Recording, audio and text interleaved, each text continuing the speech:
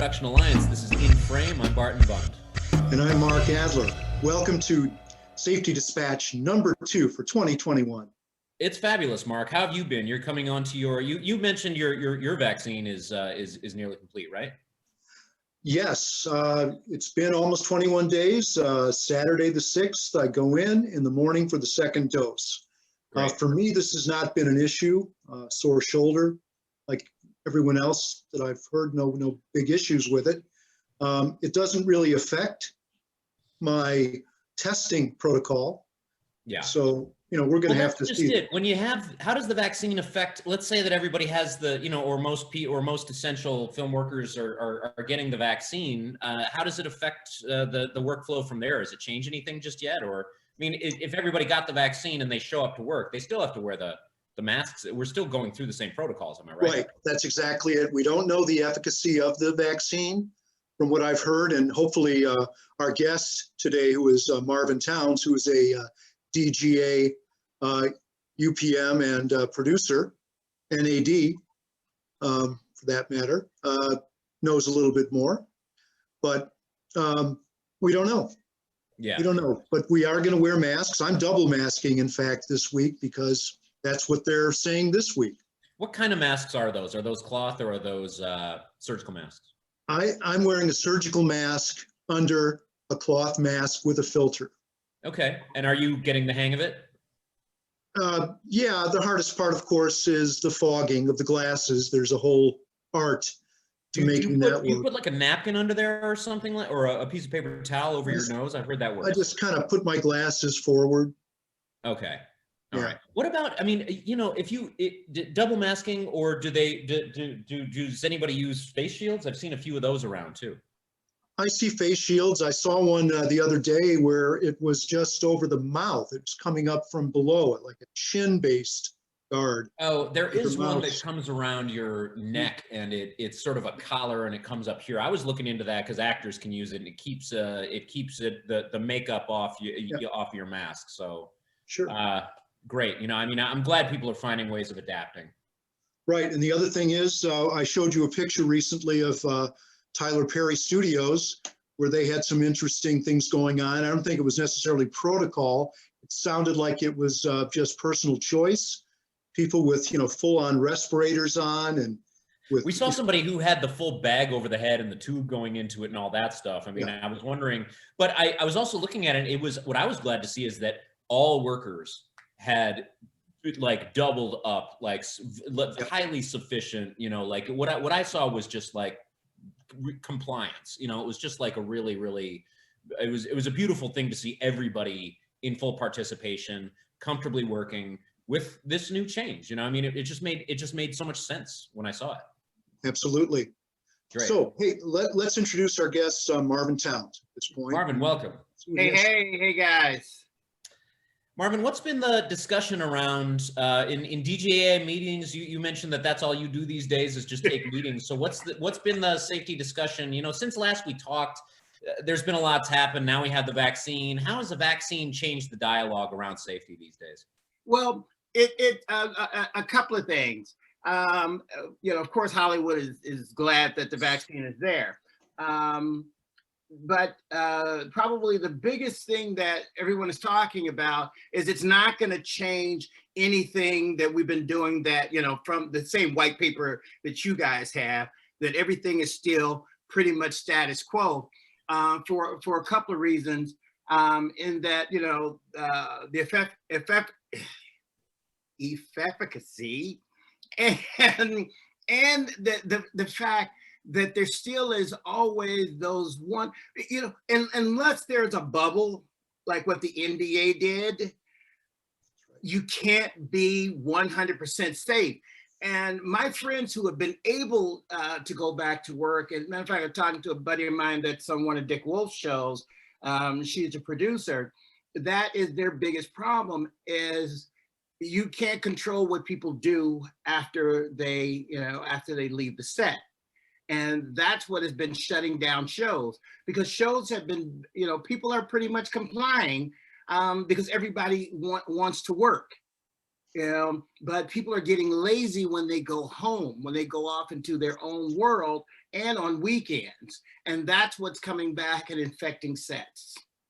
Is there discussion? I mean, do you sit everybody down and say, hey, when you leave this set, just remember, you know, you got all of us to think about too. So is there sort of you can't control what people do outside of work hours, but do you at least try to encourage like certain behaviors? Do you at least talk There's about it? definitely those discussions. And remember a few weeks ago when what Tom Cruise had said on the set of his film when he went ballistic, I was all for it. I was team Tom because I understood it and I got it, and now, you know, I'm in that position.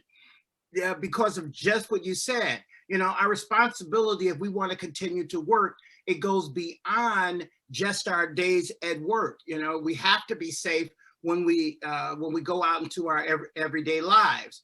And it tells people stop being lazy. This is serious, and that our responsibility is not just to ourselves, but it's to everyone on our crew, because our normal days are 16 hours. You know, we've always spent more time at work than we do with our own families, and we have to treat these people that we work with just like family. But there's always the bonehead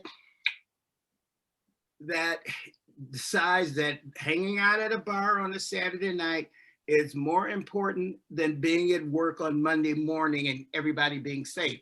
And that's been the challenge from everything that everyone's telling me who are working, is not being able to control what people are doing. And, you know, it's an honor system.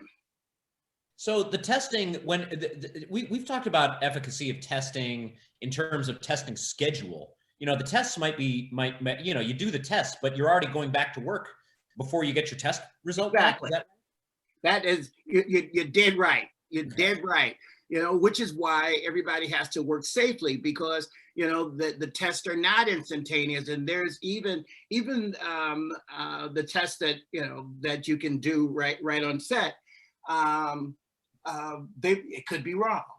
Since there's no 100%, the best that we can do is mass social distancing, washing our hands, all those things that we've been told over the last 12 months.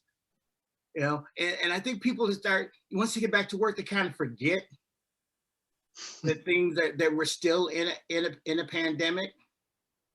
You know, because there's so many changes that still have to be made, and making sure that I think the union shoots, of course, are much safer than non-union shoots. Because unfortunately, it might be the wrong choice of words to say we care more, but I think we're more professionally diligent. There's policies in place, and there's been cutting corners. If you know, I mean, if you're not following the union protocols, then it's really the honor system, and it's too big a gamble for my comfort level. Low budget movies, huge. I know this is fact. There are a lot of corners being cut, and these productions are being shut down right away. And now that the insurance companies and the bond companies have gotten involved, there are companies that are going ahead with no insurance. What? And that's crazy. That is crazy, and probably more common than we think. It is. It really is. I like when Tom Cruise blew up, he did mention the insurance companies.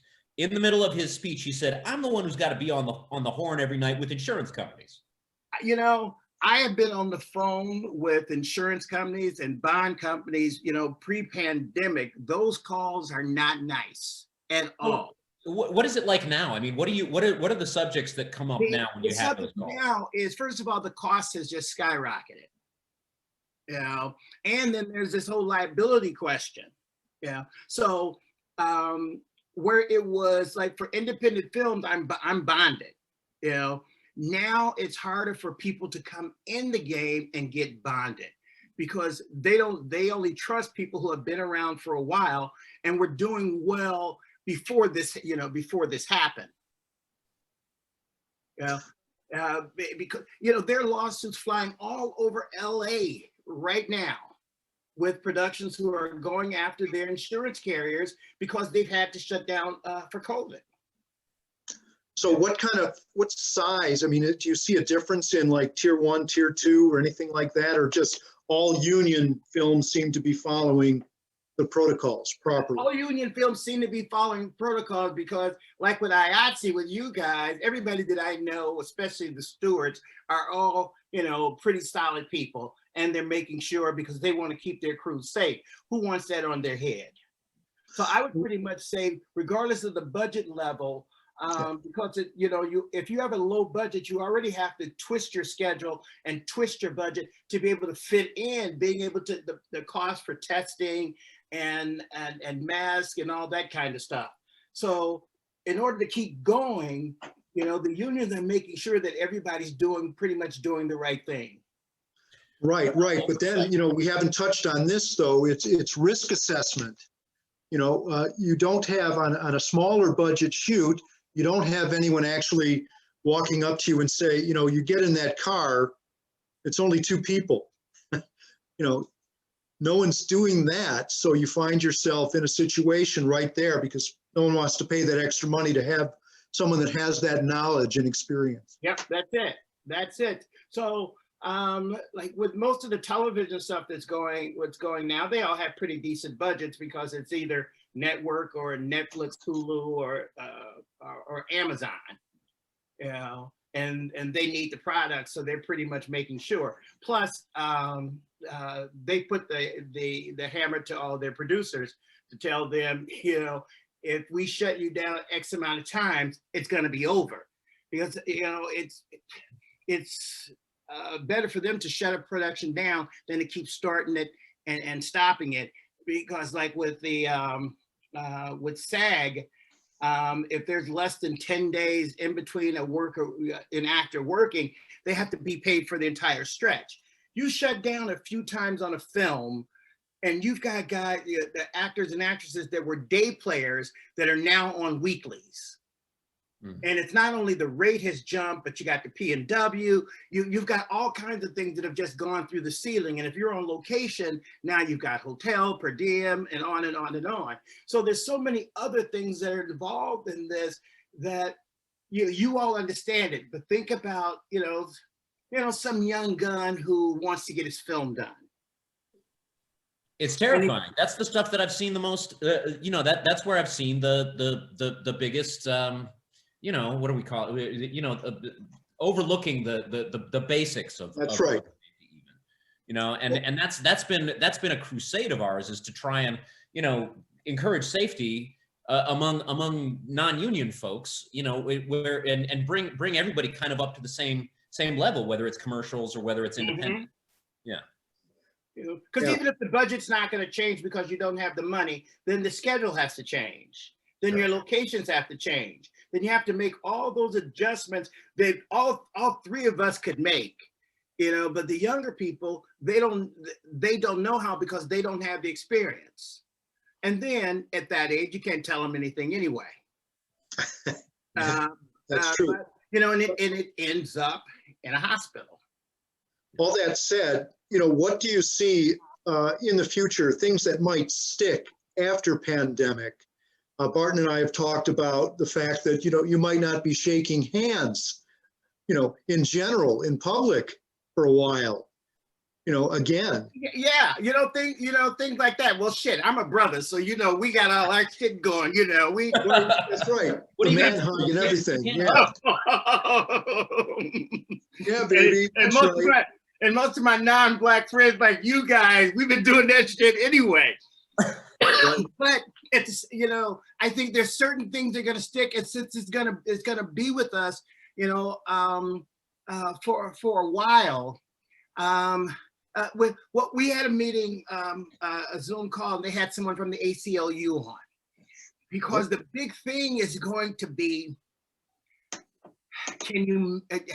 how much mandating, can you do? With this. I have heard of people who have quit, who literally walked away from the industry because they weren't going to do it. They were not. That's right. Especially people of, little bit on the older side, Yep. veterans, as we say. Yeah, they don't want to deal with it. Right. And think about it. We can't really afford to lose our veterans because, veterans, we know how to do it. So we lose a vet, we bring in, someone younger. They don't have the experience that we have, because now it's even more so filmmaking, commercials. It's all a collaborative effort because we all have to pitch in to get the product done. It's, I am my brother's keeper. In COVID, I am my brother's keeper. True story. When story. Is there any talk? Is there any forecasting that goes on in meetings or anything you're overhearing about when we might get, when things might loosen up again, when we might be able to change up the heaviness of the protocol we're dealing with right now? I was on a call early this morning about that. Okay. And just guess. Everybody was just guessing, but what everybody was thinking, that we're still 1 year into this. That 1 year out in from fall, we're going to still be where we are today. Yeah. Because it's still tied to the amount of the number of people who are being vaccinated. Mm-hmm. Yeah. Developing the herd immunity when we get to a certain level, perhaps, what did they say, 75%? Mm-hmm. And at the rate we're going, it's not going to happen. One of my neighbors is the vice president of pharmaceuticals for Blue Cross Blue Shield. I might have mentioned him to you before, Mark. And basically, he and his wife have been pretty much the only people we've actually kind of socialized with during the summer, because we could always sit outside. But during award season, they have a theater in their crib, so we take our screeners over and we watch movies with them.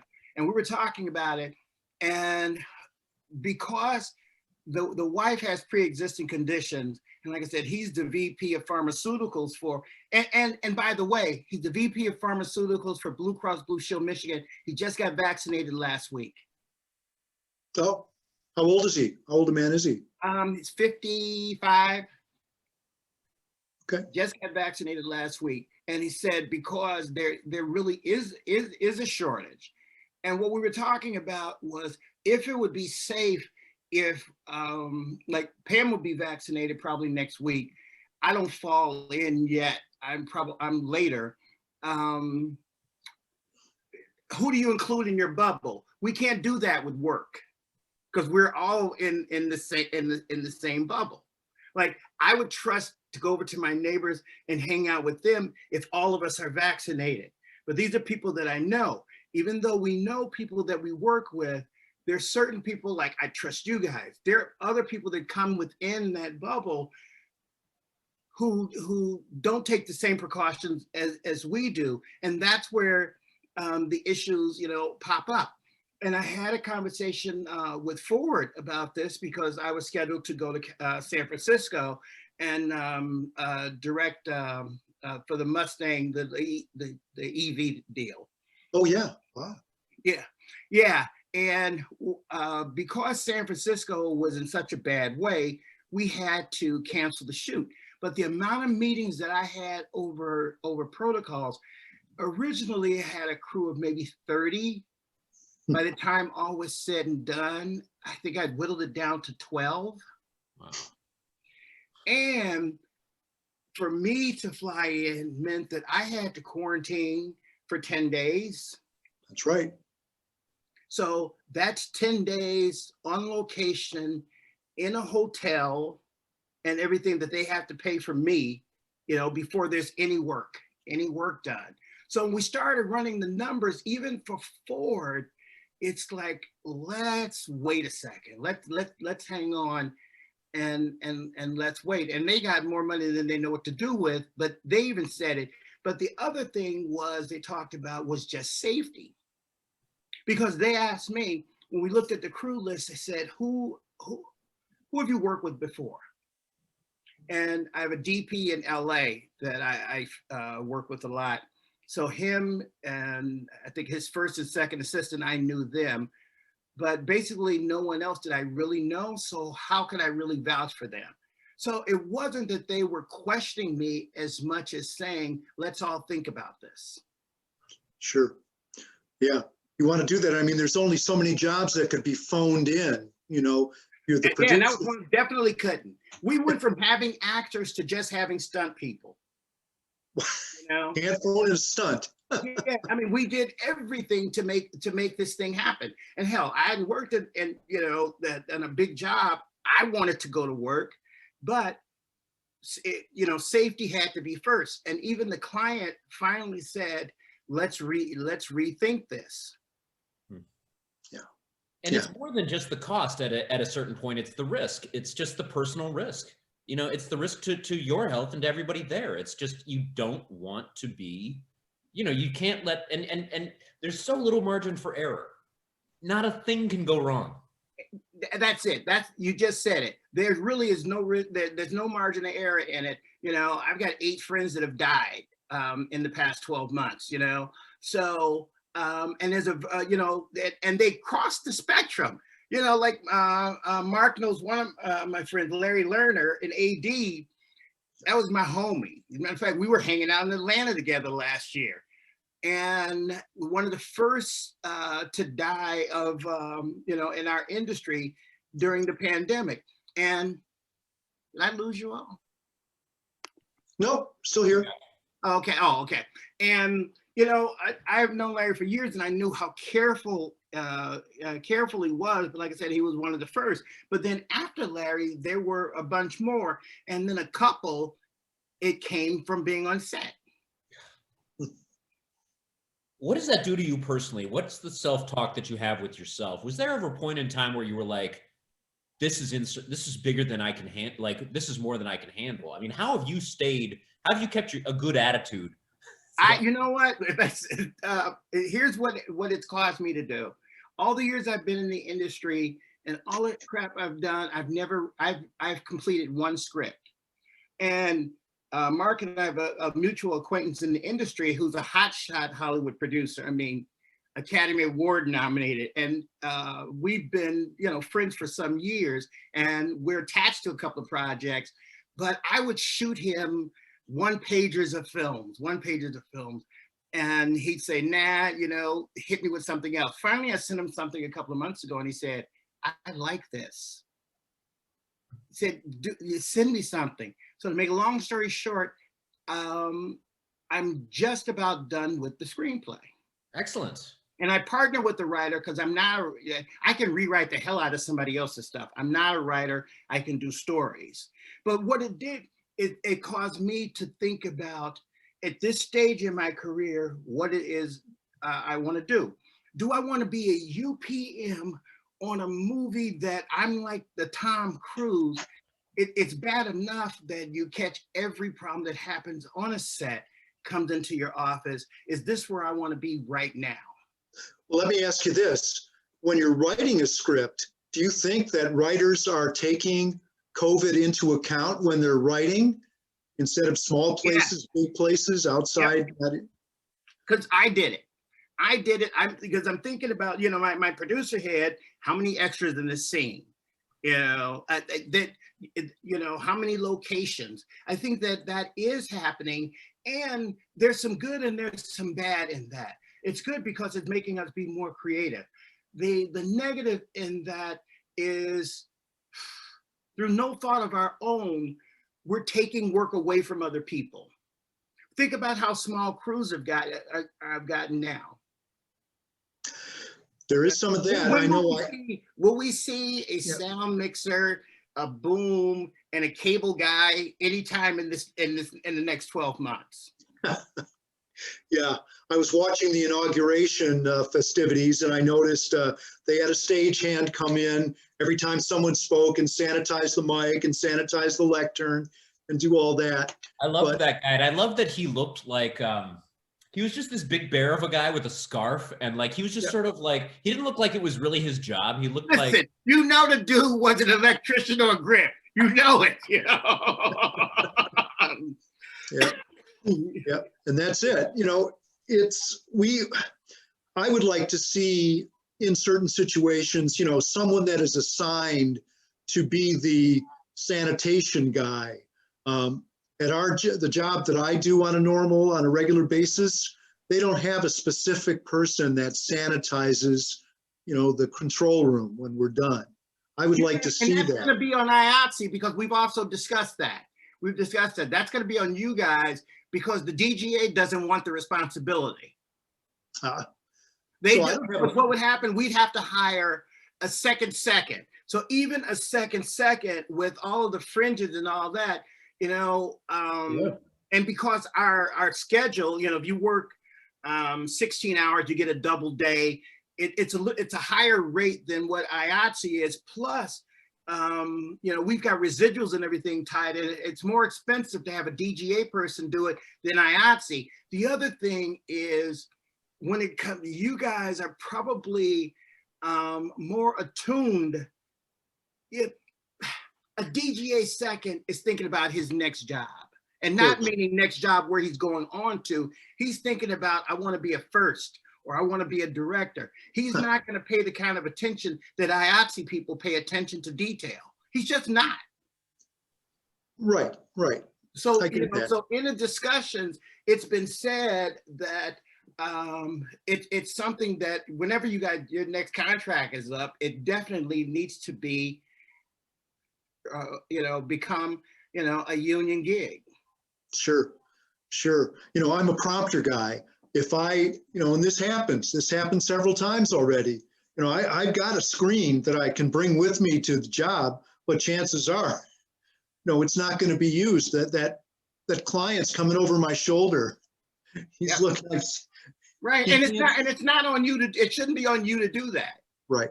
Because you also have a job you need to do. Yeah.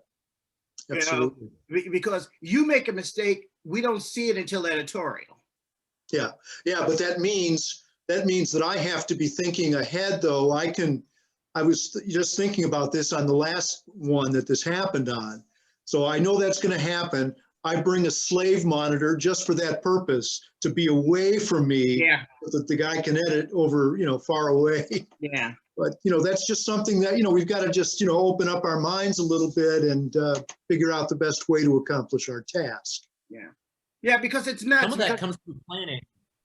Yeah. You know, because it's throwing a lot of things out there, because everything, you know, man, let me tell you, we're having these meetings now because at the same time as COVID, we've got this whole diversity thing has come back up, you know, and so all of the unions are now, all of a sudden, they're doing this hard push on diversity again.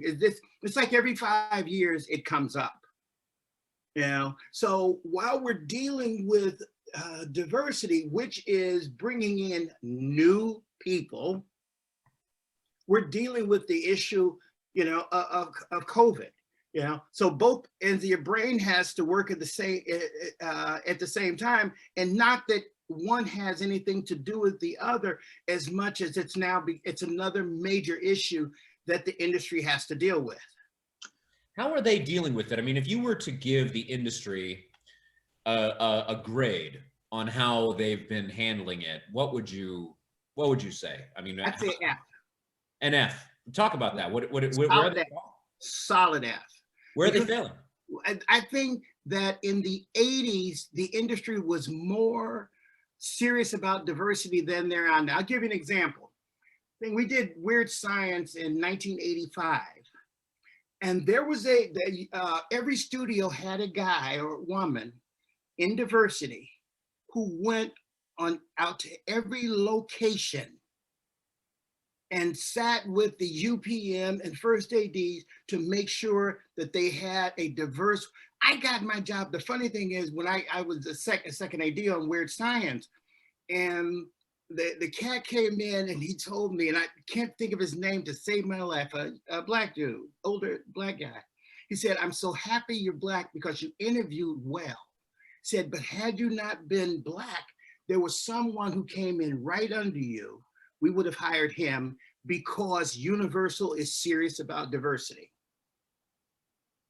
Okay. That doesn't exist. It's a lot of people talking. It is a lot of people talking, and the action versus the, you know, philosophically, you can say it's a great thing, but then you're like, how does it actually come into practice? No, it's people talking.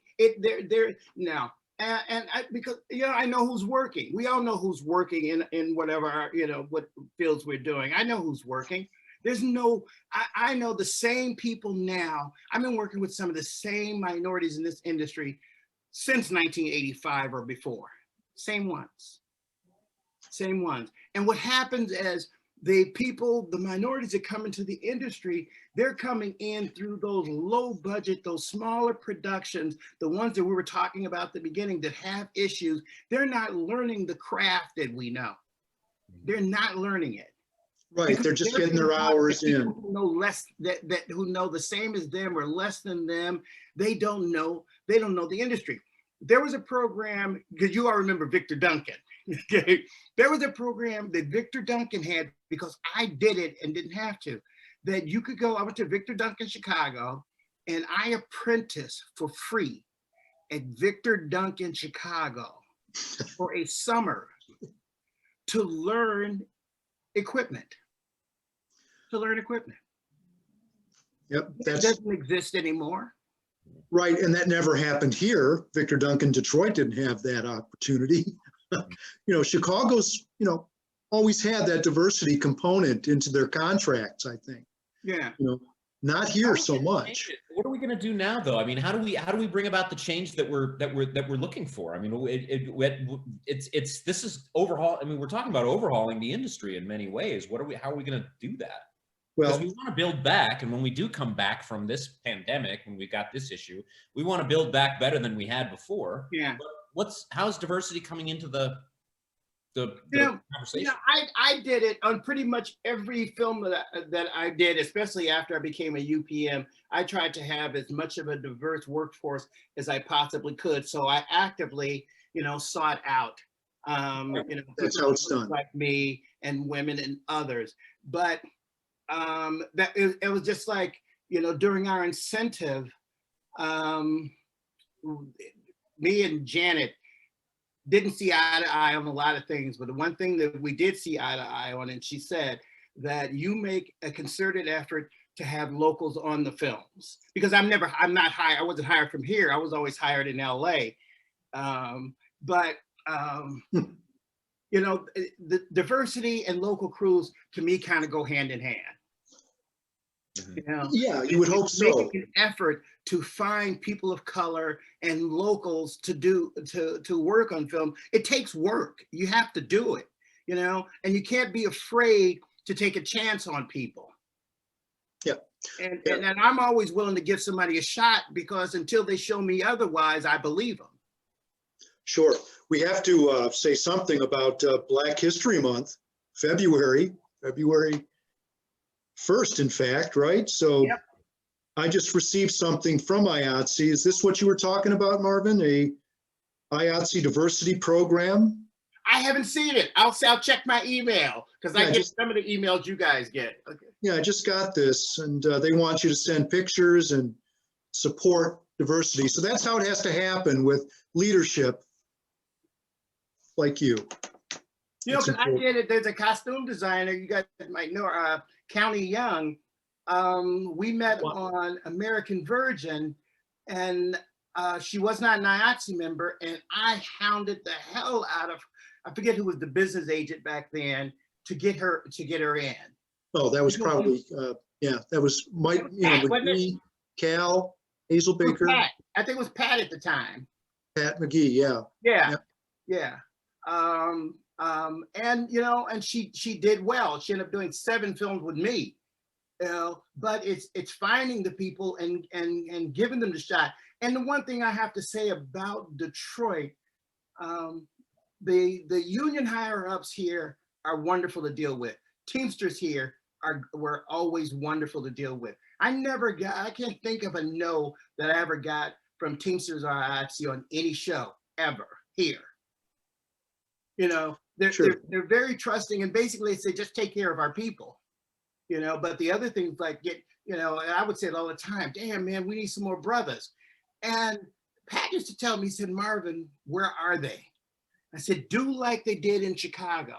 In Chicago, the Teamsters Union went to McCormick Place and literally start plucking Black people who were working in McCormick Place. They had Teamster cards, and dropping them on movies.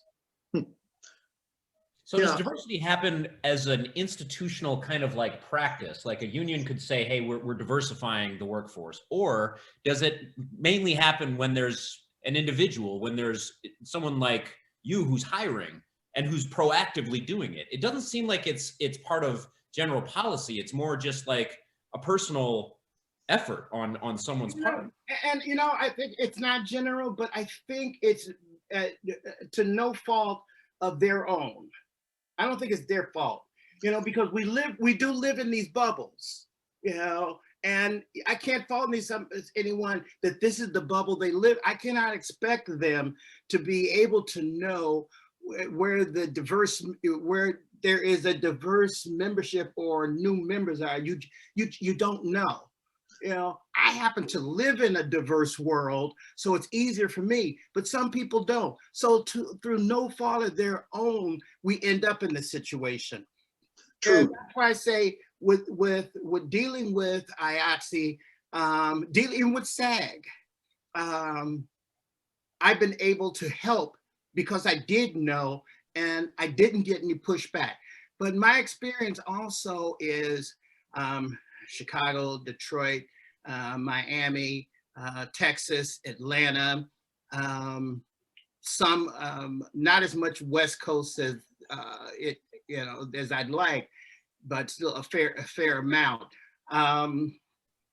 But there's all those in betweens. And remember, I came to Detroit. I'm not a Detroiter. I came here and was accepted into, and so with some people, I was definitely the first Black producer or UPM that people had worked with. Yeah, that's a true fact. But I got one. When I went to Atlanta, when I was working with Tyler, Tyler's got nothing but brothers and sisters, right? I was the first Black UPM that had ever walked into Tyler Perry Studios. Yeah. So what does that say? People aren't, breaking that ceiling. Exactly. Yeah. Exactly. So within certain departments, you've got some representation, but in certain, and the UPM is a central position. It's a central management position. There's 12,000 members in the DGA. I think I'm one of like 30 Black UPMs in the DGA. Well, here's another one. I got a call last week or 2 weeks ago now. There was a company putting together a crew and they wanted it to be all female from the DP down. So try to find a female DP. There are a few in town and I did find a couple, but a grip, hard to find. A gaffer, hard to find. I know a sound person who's, Gail Coe is a union mixer. Teresa Bartlett was a non-union mixer. So but it shouldn't be like that. It should be, the best pro for the job, right? But no, I think it's got to be as long as people have sufficient training. I think that we can say the best person for the job, but we still you have to look at it both ways. I mean, you have to look at you have to look at it that way, but you have to look at it like overall, we need to diversify the industry. Yeah. Yeah. And if someone prefers to work with women, I'm okay with that. That's cool. Just make sure that you still get the best. And if that person doesn't exist, you don't get the bottom of the barrel of that individual. You go ahead and break your protocol and get a guy because you don't want to hurt the product because you feel so staunch that I have to have this all-female crew, or all this or all that. You still have to use your common sense. And here's the funny thing. I see there was a Hollywood survey that men are more likely than women to view entertainment industry as valuing diversity. Interesting. And I can tell you that I can tell you what the stats are. It is 49% of men say they believe diversity and inclusion are core industry values. 63% of white men say they saw people in the industry welcoming and valuing diversity. Only 42% of white women value diversity. what survey is that? Here's the worst one. Yeah. Only 27% of Black women value diversity. What do we make of that? How do you explain those numbers though? I explain it as crabs in a barrel. Okay. That people want, once they're there, white guys aren't threatened pretty much, that when I say that, I'm throwing a generalization out there. Sure. But white women would be next in the ladder, so they're not as threatened. Black women extremely threatened, so they don't want anybody going up anywhere. It's me first. That could be true. It could be true. I think you may be right there. You may be onto something on that. But I experienced it. Early in the industry, man, I definitely I experienced all kinds of discrimination in the beginning. I had studio heads, producers, and directors who fought for me. We'll talk about that. Can you give us an example of how? Oh, wow. Because you're an amazing example. You've been at this for 40. It's now 40. Joe Silver, give you a prime example. Okay. Joe Silver would go out of his way when he came into Chicago to make sure I was hired. Went out of his way. In the beginning, when I was a PA on Blues Brothers, I was 22 years old. John Landis and the producer Bob Weiss, because I was this kid, I didn't come out of film school, I was in Northwestern, and I was running around doing anything for everybody, all energetic, and John noticed, and by the time we were midway through, he made me the head production assistant. I didn't know a damn thing when I got on the set of the Blues Brothers. I fell into that job ass backwards because of my connection to Muhammad Ali and a few other people. Connection to Muhammad Ali and Muhammad and I were very good friends. Is that right? Very, very, very good friends. My parents was his neighbor in Chicago. So I had known Muhammad since I was in my early teens. When Muhammad when I was in college, I was interning at a financial consultant firm in Skokie, Illinois. And at the time, I had two cousins that were in the NBA too.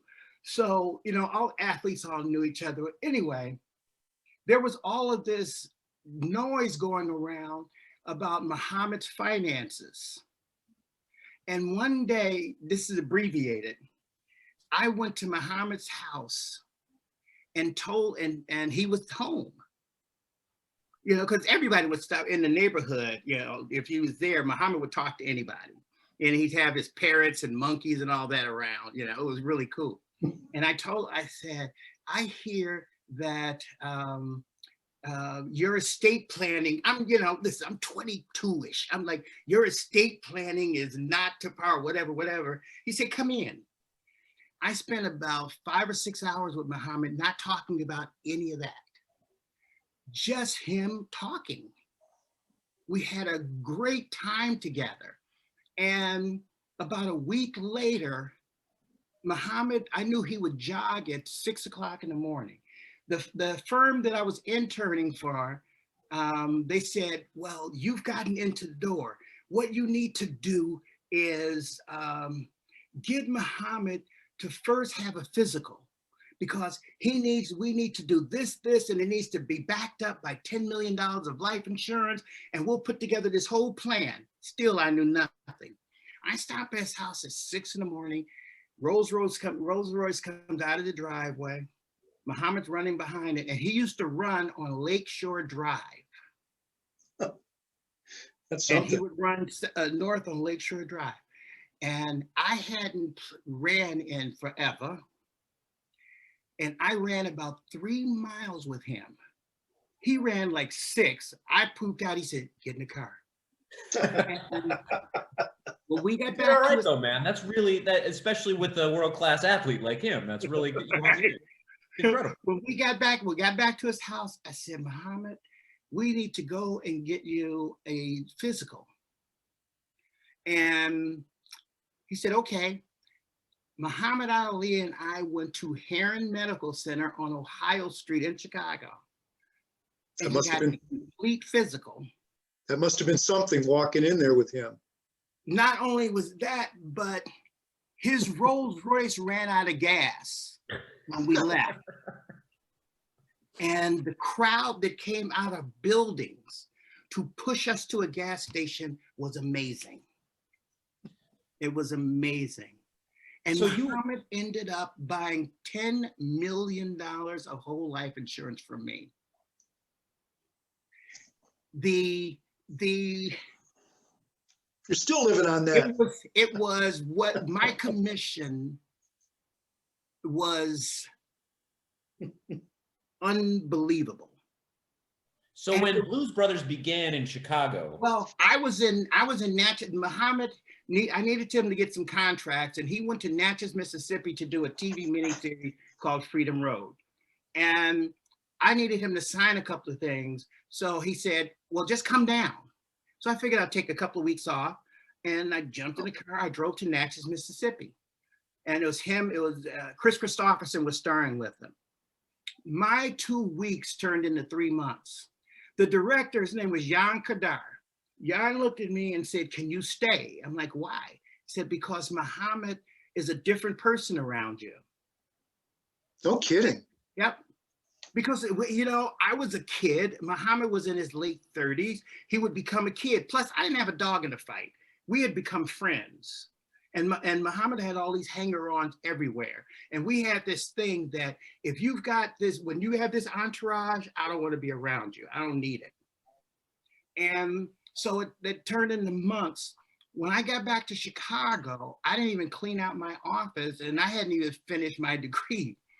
I get a call from someone that I had met on the set, this young lady who said, there's a little film coming to Chicago, and do you think you want to change careers?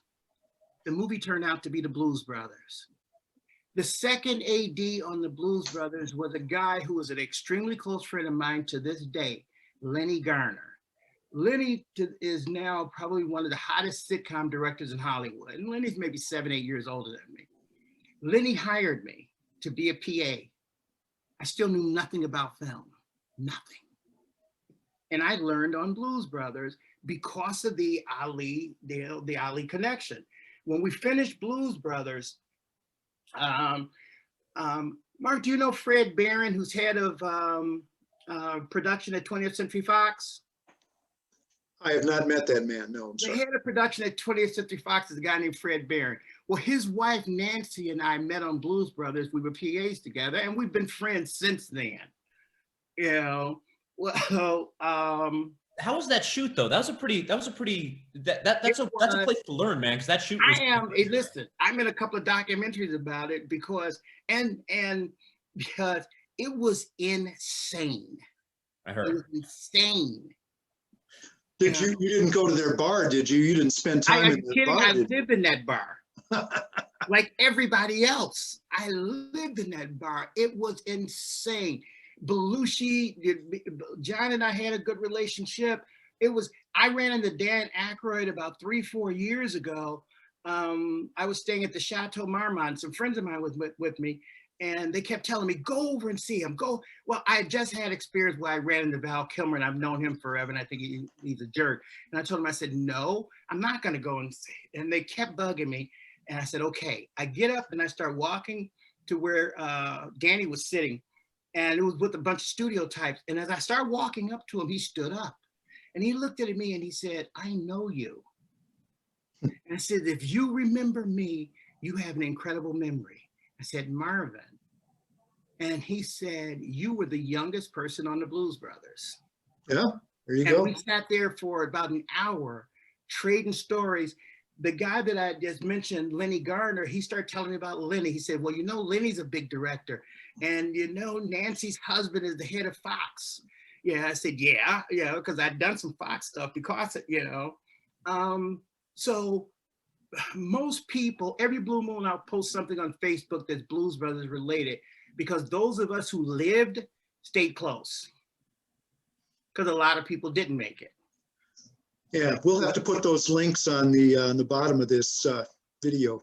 What a place to learn, though, man. What a way to crack crack into the business through an experience like that. And then afterwards, my friend Nancy, we were sitting around talking, and I had to go to Ali's house for something, and she said, "You never told me that you knew Muhammad Ali." I said, "You never asked." She said, "Let's do a documentary film." I ended up doing a documentary. Muhammad was about to go and fight Larry Holmes. Get out of here. My uncles who had money, and I said, "I want to make a documentary film about Muhammad Ali." And they said, "How much you need?" I told them, and they gave me the money. Went to New York, and Nancy and I we were prepping, and as it turned out, the guy that we had hired to direct it, I didn't get along with him. I said, "This is over, let's forget it." And I'm sitting in New York at a bar, was it Tavern on the Green, I think. The guy sitting next to me was a fellow named Keith Vise, who was the producer for David and Albert Maisel, the Maisels. Mm-hmm. And I'm telling him this story. He says, "Come to our office tomorrow." I go to the Maisels' office, which was right next door to Studio 54. Was it? I didn't know that. Yeah, they were right next door, 250 West. I remember the address, 250 West 54th Street. And I sit with David and Albert Maisel, who tell me that they've been chasing Muhammad Ali since he was an amateur and could not get him. And I said, "Do you want?" They said, "Hell yeah, we want to do this with you." No. We went and made a documentary film. We shot in New York and a few places in Pennsylvania while Muhammad was training for the fight. And as it turned out, because of my relationship with Muhammad, most of the film is Ali talking to me. So David shot this on his 16 millimeter camera? David shot it, and Albert, and Albert with its sound. I've got pictures of it. I thought I had them out there somewhere. I've got pictures of it with, me and the Maisels, we made this incredible film about, as a matter of fact, it was recently named in the top 10 best documentary films about Muhammad. Because it was a conversation between me and Ali, and it wasn't that, I am the greatest and this and that. It was Muhammad having a conversation with me. A lot more revealing, I think, than, we always wondered who the guy really was. Yeah, and so that relationship, and when it wrapped and I got back to Chicago, I can't remember what, but because when I got into DGA, I was in LA. I moved to LA, and the first film that I got was Weird Science, and I had to go back to Chicago. But all of those connections, all of these people all tied into each other, and how we started this, because these were people who were willing to help me. Sure. And with the exception of Lenny, they were all white, and they were willing to help. They were willing to help me. And even to this day, Mark, we talk about Bill Mechanic. Come on, you don't get bigger than Bill. And I can pick up the phone and Bill will jump on the phone, whatever you need, because a couple of times when Bill needed something, he needed a budget done like really quickly, and he knows I'm good at it. And you say, "Marvin, can you knock this out?" I say, "Give me a week, you'll have it back." So it's those relationships. And I think, Bart, getting back to, and maybe we're finding an answer here somewhere, I think it has to do with relationships and all of us being willing. Mark and I hadn't worked together until maybe 3 years ago, but we knew each other. We were cool. We always talked. We always had each other's phone numbers. And whenever I saw him, I would seek him out to go talk to him. We never found the right project, but I knew who he was, and I knew his character. I knew his work. I knew all of that. So we had the relationship. Good point. That is really a good point. And I think that's the whole thing. It's relationship. That's why I know you. And something comes up, I'm calling the people that I know. And that's how the business is going to rebuild based on a lot of those relationships too. We're going to bring in new people. We know that, but it's also going to be based on you know. And if I knew a black prompter person who was trying to break in the industry, I would turn them on to Mark. Yeah. Okay, this is who you need to talk to find out about the industry. This is the person that'll teach you. Yeah, and I would. Yeah, that would be cool. Well, and Mark, you've always been kind of a connector person for a lot of crew people. I mean, oh, come on, he's it. Well, that's it. And you made an important point. I'm glad you drew that circle around this relationship thing, because at most of the Michigan Production Alliance meetings that we have, we set aside like 15, 20 minutes for networking. But it's networking is one thing. But, you know, when you meet a guy like Marvin, when you meet a guy like I did with Barton, it's a relationship that develops. Yep. That's what gets you the work. That's what moves things forward. Yep. And it's a beautiful thing, man. But if we're all out there, because I've always tried to connect, you know, actors and talent, and people have actually come to me, that the agency came to me to look to help them put together a diverse cast for this or that. And it's an incredible spot to be in. But yeah, without those relationships, I think that if you were probably to give anybody some good advice starting out, you'd tell them kind of like, you need to build those relationships. You need to look for those opportunities to create and be willing to learn. You know, I've done 14 movies with Fred Williamson, and whenever we shot in Chicago, people always expected, because it was me and him, that I was going to have an all-black crew or something like that, and that wasn't it. I was hiring the best people. We got picketed by the NAACP on one of our films. I kid you not. And I know exactly where we were shooting. There was a damn picket line at front of one of our sets because they had found out where we're going to shoot. And it's the NAACP. Now my feelings are hurt now, right? Because it's the NAACP picketing my film. It puts you in a weird position. Yeah. And I told them, I said, why? What is going? They said, well, you all don't hire black people. And they gave me 2 instances of people that had met with me and I had not hired. And I said, let me explain something to you. I said, yes, this person came to my office, and they came in and they told me that they were a cinematographer and they wanted us to consider shooting the film. I said, and I looked at their work, and I looked at this video work that was crap. And I didn't just dismiss them. What I told them was, no, I can't do that. You're not qualified, but what I can do is I can put you in the camera department to learn. Right. They turned me down. Right, then it becomes their issue. Yeah, becomes their issue. They don't want to do that.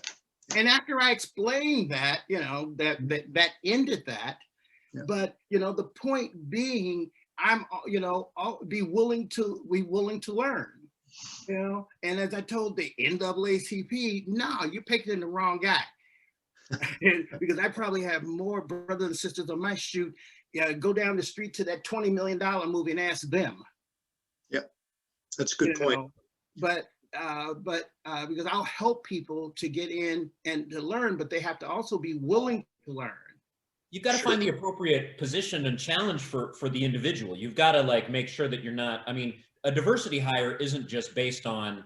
It would be wrong to hire to hire the wrong person for the job. Exactly, just because of color. No, you try your best. You try to do what you can.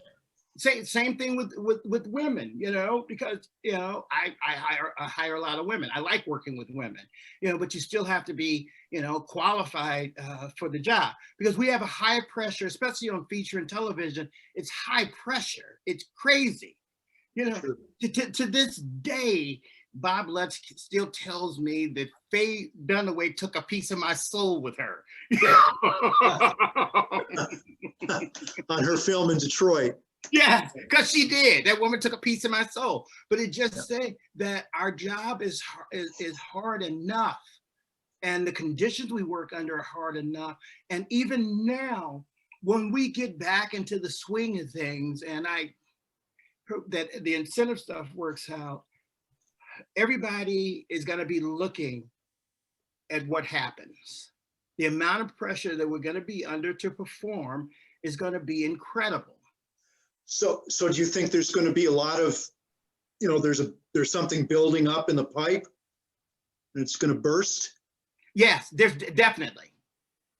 Definitely. There's a there, you know, and I think we had the conversation about if the film office has anybody out in LA, because I'm talking to people almost every day, and you know, with the amount of people that Netflix is churning out crap, they're doing deals. People are getting Netflix deals like 75 going south. Same thing with Amazon. You know, you can only shoot in Atlanta for so long. Sure. You can only shoot in New Orleans for so long. You know, so there's a lot out there, and there needs to be more lobbying to help us at least you know, be considered for it, because not everyone is looking for the incentive. Also, not everybody's looking for it. There are people who are production minded and they want the best place for, you know, for the gig. But right. I mean, there's that statement, you know, about it being a 10-minute conversation. Do you have an incentive or not? And then there's like Michael Bay. He doesn't care. He likes the architecture. He's going to shoot here anyway. Yep. So that's really important thing.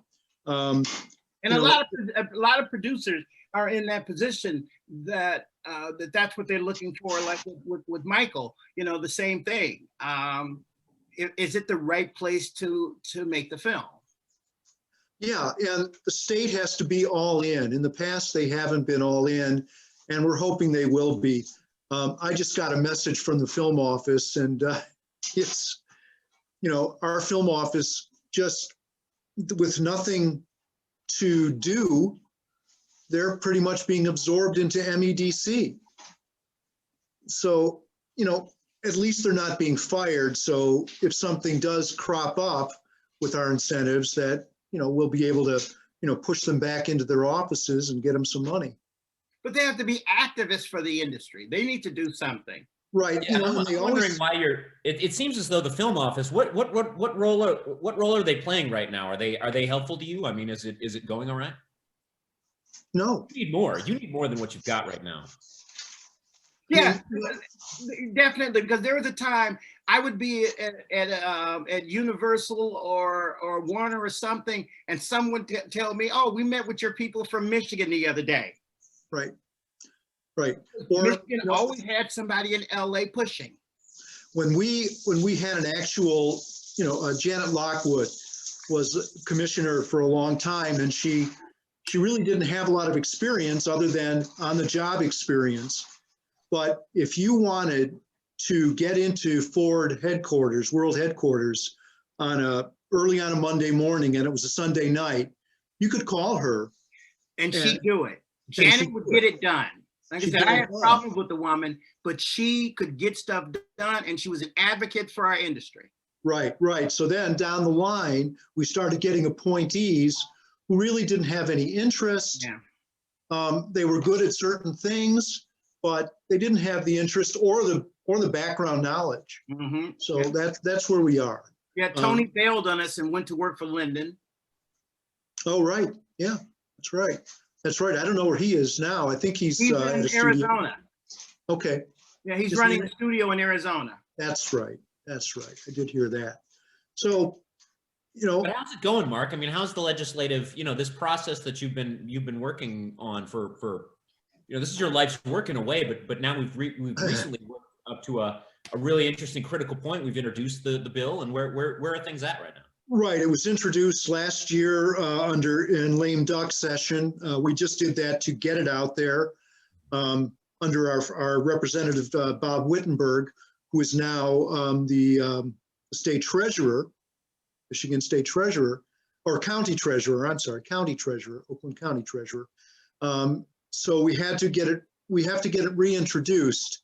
We have a senator, Adam Hollier of District 2, I believe. And he is I think, let's see, he was in the House for 2 years, and now he's in his first year in the Senate. So he's got the experience and he's got the interest. He's really excited about this. And we have an opportunity, I think, to tweak the bill as it exists now, because, you know, we have to reintroduce it. Is there So we have something that good about moment. the timing of this right now? Is this seems like a good time to develop a thing like this? It is. It is exactly, because I don't think anything's going to be looked at until the second half of this year because of everything that's been going on for the last year and a half. So, yeah, so we've got the time to tweak it and make it better than it is. And we're just hoping that, you know, that we can make something happen, get some real GOP support on this. It's got to be bipartisan because it's a jobs bill. Everyone wants jobs. And the way this is structured, it doesn't go into the general fund, which is a big issue for a lot of taxpayer money watchers. So, you know, what could be wrong with a Michigan taxpayer, anyone who wants to make a film and has a tax liability, they get a credit after they've paid all this money into the system, into the Michigan tax system. It's a good design. It's a strong proposal. It really is. It is a very strong proposal. And fits. It's much like other states, right? I mean, this is much the way that another state might handle their. Yeah, there are transferable tax credits in other states. There's like 30 other states that have some form of tax incentive. Ours includes commercials, which less states have. Ours includes corporate and industrial and projects under 20 minutes, which is really unusual at a $50,000. That's where the work is at, man. I mean, you know, it doesn't have to be big studio films. It should just be. Well, you know, we've learned our lesson from before. You know, a lot of the problems that we had before was that local people didn't get in on any of this action. They didn't get a chance to do it. So they really need to be able to develop their skills and develop their projects. And we've given them an entree to do that if we can get this bill supported and out there. How can we learn more about that, Mark? Do we have a website or a place we can go to here? Read more? MIFIA.org, that's MIFIA.org, is a website for the organization, which includes media professionals from, you know, all over the state that are working on this. You can donate to MIFIA to help us out because it takes a lot of money to make things happen. It turns out, social media and videos and that sort of thing. And on the MPA group page, we have a bullet list right now. MIFIA is getting theirs up, but I have it up because I'm just faster. It's a bullet point list that you can use to talk to your legislators about it. Excellent. Yeah, like, you know, when I reached out to Mari Manugian, you know, about it, because that's what it's going to take. People in our districts saying something to our legislators, because the difference is, and I understand that people have a bad taste in their mouth about what happened years ago, but this is a whole different ball game, you know, and the things that happened in the past, you know, everybody has learned from those mistakes. And what happened is no fault of the people here in the industry. You know, that's right. When other money corrupted our lifestyle. That's we it. Didn't make out. I know you didn't. I didn't. We didn't get all those millions. We didn't see it. No, and there's no infrastructure money in this. This is one thing that we learned. We're not, you know, providing money to build studios or anything like that. If you want to build a studio, that's great. We'll be able to put movies in there, but you know, it's not on the Michigan taxpayer to do that. I think it's a smarter and more sustainable design for a program than we've had in the past. And I think for those reasons, it's just got such good logic, and there's some, you solved a few problems ahead of time. You know, you answered a bunch of good questions like ahead of time. Whereas I think we could consider what happened before. You know, there was an experimental side to it, but it was this has got aspects to it that have, you know, these are tried and true programs. I'm very excited for you, Mark. I'm really, you know, we've learned from Georgia, we've learned from Illinois, we've learned from Ohio, we've learned from ourselves. So, you know, we've had a lot of good conversations with people that are, you know, pretty knowledgeable in how things work, and we just want to get it right. So, so that's the incentives. You know, look, check out MIFIA for that. MIFIA.org and Michigan Production Alliance. let's close out with Marvin. Let's let him go. I appreciate your time, Marvin. Oh, Yeah, no, it's been I love it. I love it. You know, it's nice to be able to, you know, pass on some of the information that I'm getting from the industry, because the industry has been really in touch with its members. The guilds have been very in touch with its members, because everybody wants to go back to work. We want to go back to work safely, you know, and we want to go back to work smarter.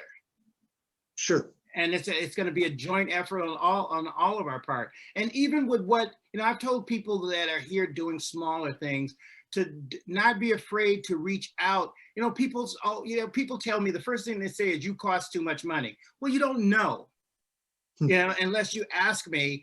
And then there's, you know, depending on what the project is, I'm going to be willing to chat with you about it, you know, to consult with you about it, to help you, because the small projects, they succeed, it helps all of us. Absolutely true. Absolutely true. And, you know, and as far as, you know, safety on this set, this is a new thing. We've been learning. We've got the best minds on this. We just have to, you know, get it developed. I mean, as much as we don't want to make this a normal thing, it's here to stay for a while. And let's see if okay, right up on the corner there, 1, 2, 3, those are my 5 safety certificates from the last, Mark, you probably have as many too, just from the last year that I had to take with the DGA and the PGA because of COVID. Yep. That's what it's come to. So let's be safe. Let's yeah, and Marvin, conversation going.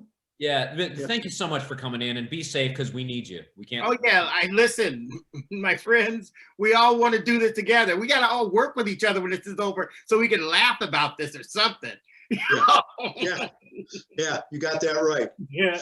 All right. It's incredible. It's incredible. All Well, right. fellas, we'll talk more about all these subjects. Marvin, we'd love to have you back again sometime. It's always Sure thing. folks, for Michigan Production Alliance and InFrame, I'm Barton Bund. And I'm Mark Adler. Thank you for joining us. Watch for this on MPA's YouTube channel and on our group page very soon. Take care.